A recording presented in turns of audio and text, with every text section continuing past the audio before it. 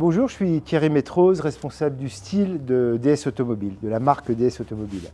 Voilà, donc nous sommes ici aujourd'hui à Chantilly Art et Élégance, magnifique événement pour tous les passionnés de voitures.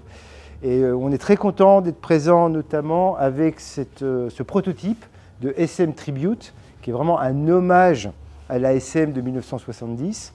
Alors pourquoi on a fait cette auto? On a fait cette auto pour deux raisons. Ou trois plutôt. La première raison, c'est que c'est un rêve qu'on a depuis des années, de faire revivre cette carrosserie mythique de l'ASM. Voilà, donc on a fait plusieurs tentatives ces dernières années, on a fait avec mes designers, avec toute mon équipe, on a fait des dessins pour imaginer ce que pourrait être une SM du futur, modernisée. On a même fait un petit concours en 2020. On avait présenté comme ça les sketchs, on les avait partagés sur les réseaux sociaux. On a fait un petit vote et tous les internautes avaient réagi de manière super positive. On adore cette voiture, faites-la. Moi j'aime bien celle-ci, moi j'aime bien celle-là. On a vu qu'il y avait un vrai engouement pour faire revivre la SM. Voilà, et puis on est resté à l'état de sketch. Et puis fin 2023, on a rediscuté avec notre nouveau CEO, Olivier François, qui arrivait à la marque DS Automobile, en se disant, l'année prochaine, on fête les 10 ans de la marque DS Automobile, puisqu'on est né en 2014 et on est en 2024. Donc il y a fêté l'anniversaire de la marque. Et puis surtout, il y a fêté notre participation à Chantilly Art et Élégance de 2014 à 2024. Parce qu'on était fidèle à l'événement, on a toujours répondu présent avec des concept cars, on est venu avec des prototypes, des magnifiques voitures. Et on s'est dit, on va profiter aussi de cet événement pour réaliser cette maquette. Et on a dit bingo, fin 2023, on y va. Et on a démarré tout le processus de création à partir de janvier 2024. Donc c'est 6 mois de réalisation, juste pour donner un petit peu un ordre d'idée en termes de délai de développement. 6-7 mois de réalisation entre la feuille blanche, faire les premiers dessins, les modélisations 3D et puis la réalisation du prototype qui nous a pris 3 mois. Voilà. Donc ça c'est le contexte global. Après sur le développement plus spécifique du projet, il y a un brief très simple qu'on a donné aux designers qui était à la fois de respecter l'ADN de l'ASM de 1970, alors qu'on pourrait résumer en 4 points. Et ça, il était hors de question de ne pas respecter ces 4 points de l'ADN de l'ASM. Le premier, c'est les proportions.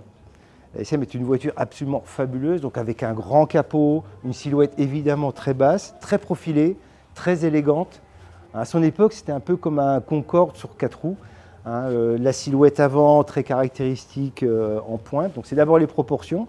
Grand capot, voiture basse, extrêmement élégante, simple et profilée. Et puis après, il y a 3 éléments de style incontournables.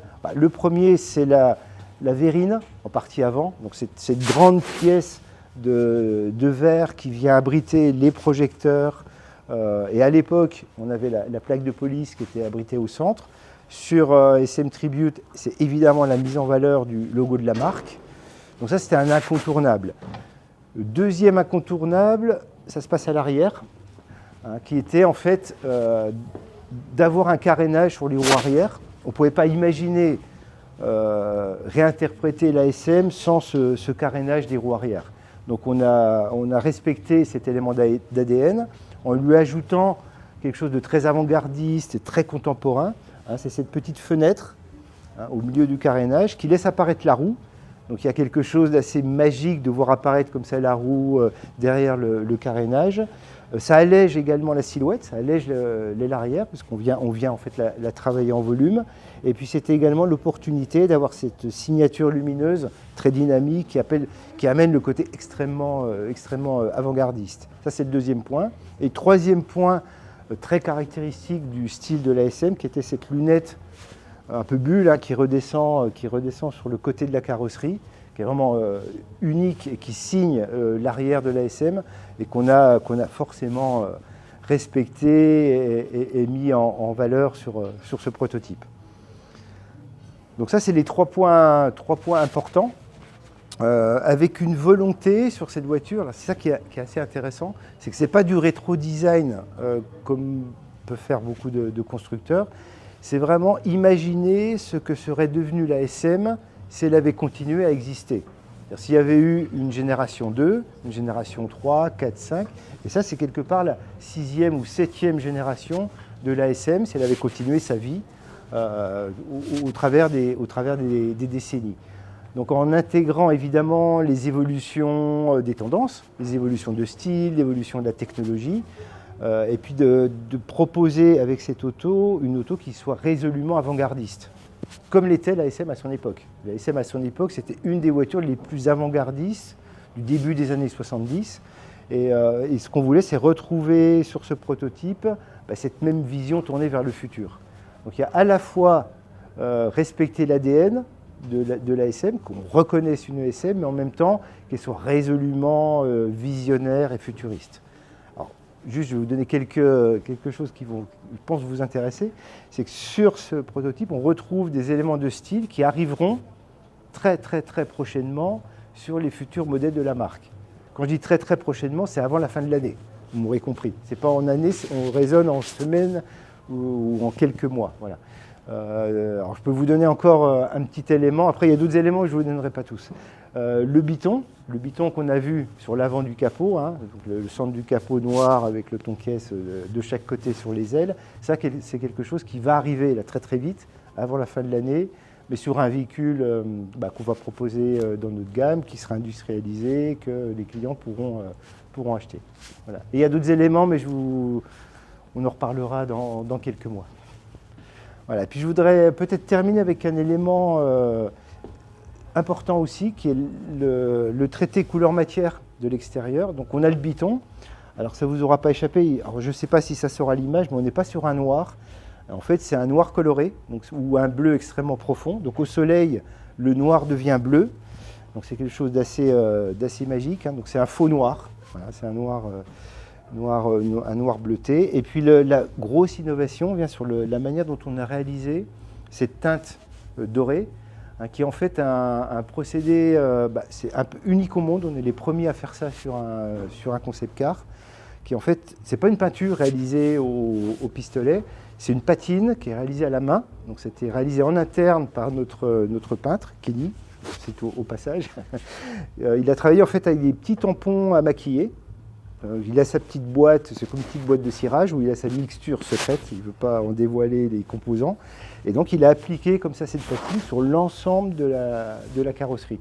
3 jours de travail, voilà, et vous imaginez qu'un petit tampon à maquiller, d'appliquer comme ça sa mixture, ce qui permet de créer cet effet absolument magique. On a l'impression que c'est une feuille de métal, ça prend la lumière de manière assez magique en fonction de l'environnement. Donc ça peut accrocher le bleu du ciel, l'environnement, donc c'est comme ça un aspect extrêmement lumineux. Et on a ces reflets qui peuvent passer du doré à l'or rosé ou des choses beaucoup plus métalliques.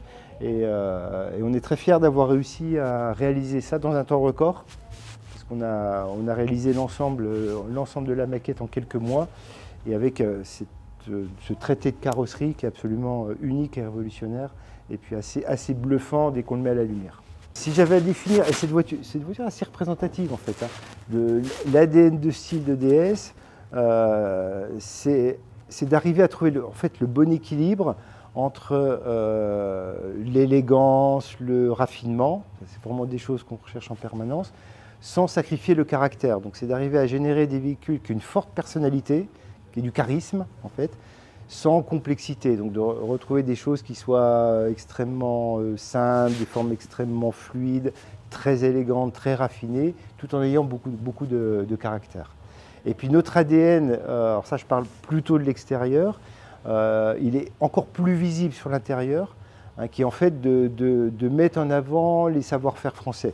Voilà.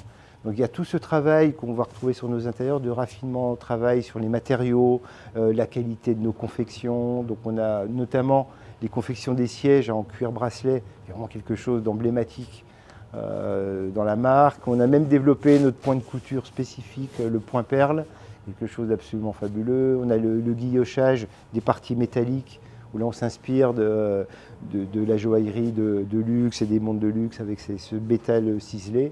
Voilà, donc l'ADN de la marque, c'est vraiment ça, c'est la mise en valeur des savoir-faire français du luxe dans le monde automobile. Voilà. Et puis cette recherche permanente de raffinement, d'élégance et un fort caractère.